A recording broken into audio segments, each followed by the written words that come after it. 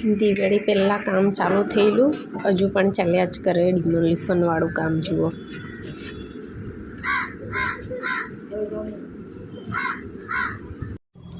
અમારું તો દિવાળી પહેલાંનું જેમ કે મેં તમને જણાવેલું બધું કામ તો ચાલુ જ છે અને આપણું એ કામ ચાલુ જ છે. તો હું આજે તમને વાત કરું તો આજે 3 પત્તાનો વડ છે, જેના દર્શન કરવા માટે હું જઈ રહી છું હમણાં. અને એ ખૂબ જ એમ સુરતનું ફેમસ ધાર્મિક સ્થળ છે, જે 3 પત્તાનો વડ છે. જે દાનવીર કર્ણ જે હતા એમનો અગ્નિદાહ આપવામાં આવેલો શ્રી કૃષ્ણ દ્વારા. અને જે 3 પત્તાનો જે વડ છે એને શ્રી કૃષ્ણનું વરદાન છે કે એ વડ બ્રહ્મા, વિષ્ણુ અને મહેશ તરીકે ઓળખાણ છે એની. તો અમે ઘણીવાર ગયા છે ને એવું સાંભળેલું છે, ત્યાંનો ઇતિહાસ પણ જોયેલો છે. તો હું આજે દર્શન કરવા જઈ રહી છું, તો તમને પણ એ આખા મંદિરના અને જગ્યાના દર્શન કરાવીશ. તો ચાલો આપણે જઈએ આગળ. ખરેખર હું આટલા વર્ષોથી કેટલી વાર ગઈ છું, પણ મેં પણ જોયું છે કે એ વડ પર એમ કે 3 પાંદડા છે અને 4થું પાન મેં જોયું જ નથી. તો ચાલો હવે.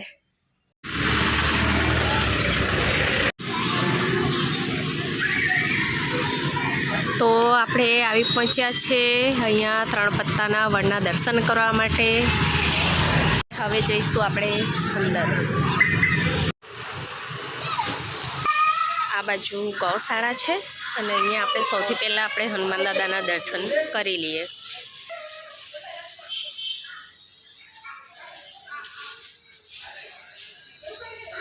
જય બજરંગબલી.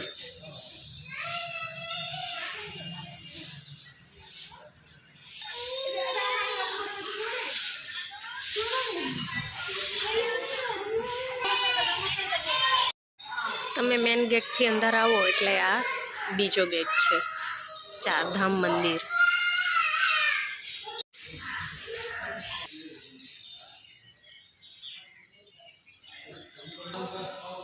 અહીંયાજી શ્રી રામજી છે, રામજીના દર્શન. જય શ્રી રામ.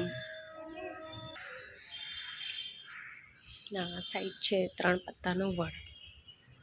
જુઓ, તમે જોઈ શકો છો આ 3 પત્તાનો વડ. દર્શન કરી લો.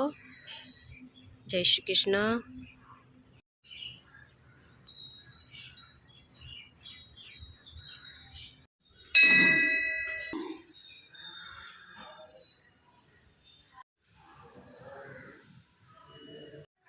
જય મહાકાળી માં.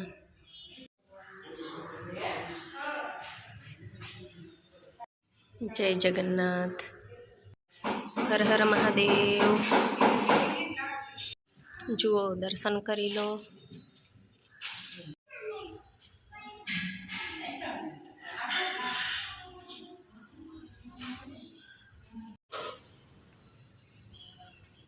જય શ્રી કૃષ્ણ.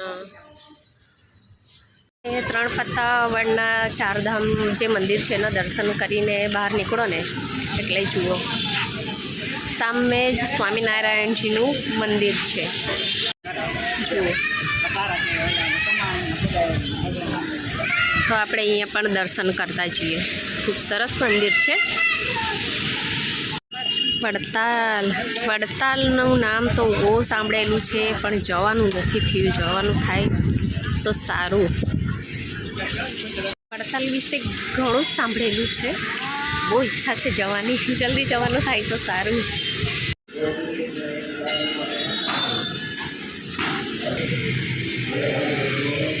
આ શ્રી સ્વામિનારાયણ મંદિર તરફ અંદર આવશો ગેટની અંદર તો તમને આ સાઈડ પર મંદિર છે. ચાલો પહેલાં દર્શન કરી લઈએ આપણે.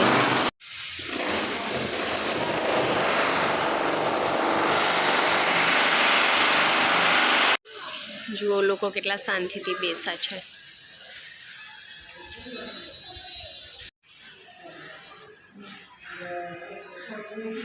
જય સ્વામિનારાયણ.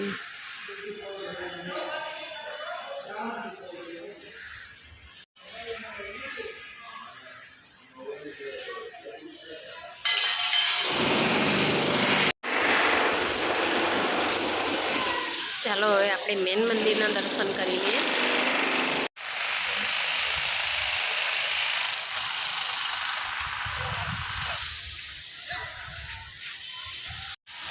અહીંયા કામ ચાલે છે ને તો ઘણો જ અવાજ આવતો હતો. જુઓ આ ગેટથી તમે એન્ટર થાઓ તો અહીંયા નાનું મંદિર છે અને મેન મંદિર આ સાઈડ છે. અહીંયા મેન દરવાજામાં સાફ સફાઈ ચાલે છે એટલે આપણે આ સાઈડથી જવું પડશે.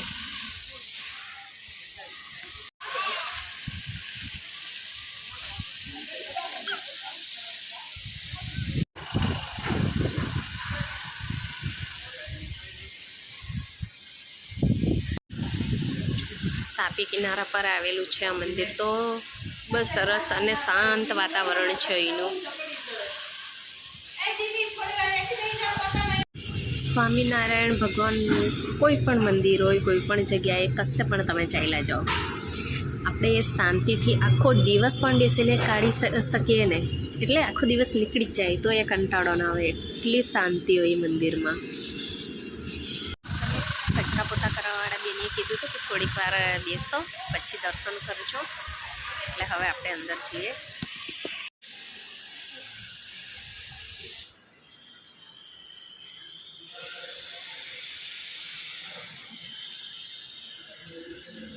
જય શ્રી કૃષ્ણ, જય સ્વામિનારાયણ ભગવાન. દર્શન કરી લો તમને બધા.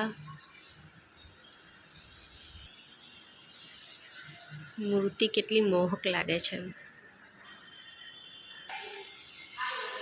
જય શ્રી લક્ષ્મીનારાયણ.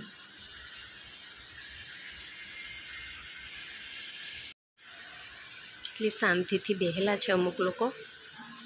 મંદિર જુઓ.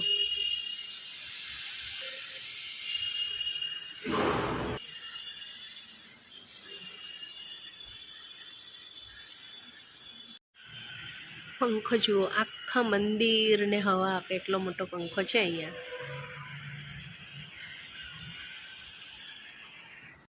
મંદિરની પરિક્રમા કરી લઈએ અને તમને પણ વિડીયોમાં પરિક્રમા કરાવી દઉં, આજુબાજુનું લોકેશન બતાવી દઉં તમને પણ.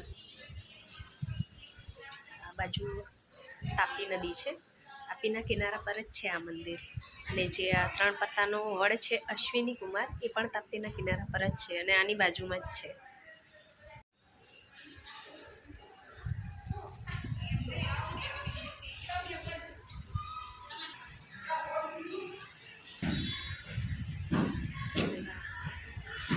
ગાર્ડન છે.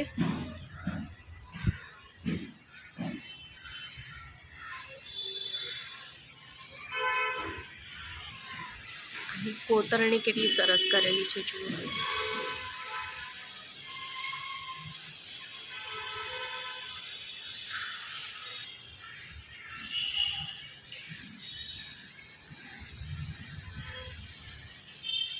મંદિરના ફરતે આ સાઈડ 3 ગેટ છે અને એલી સાઈડ 3 ગેટ છે અને આ જે છે તે મેન ગેટ છે. આ મેન ગેટ છે, બતાવું તમને. જુઓ અહીંથી આવવાનું છે અને આ મેન ગેટ છે.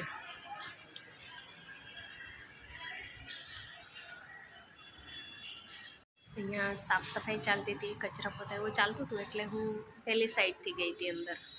અને આ મેન ગેટ છે, અહીંથી બધા આવે. અને જુઓ પાછળ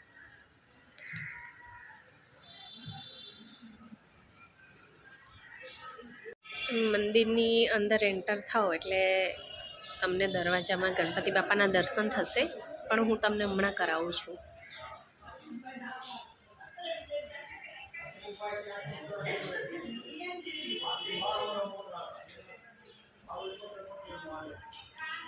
ને આ સાઈડ હનુમાન દાદા છે. જય બજરંગબલી.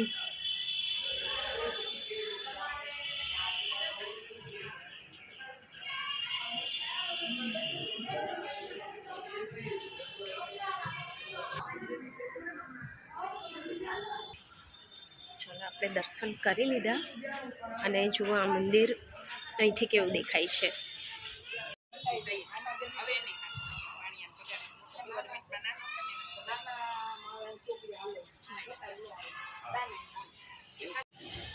ચાલો તો મેં તમને 3 પત્તા વડના દર્શન કરાવ્યા અને જે બાજુમાં મંદિર છે સ્વામિનારાયણનું ત્યાંના પણ દર્શન કરાવી દીધા.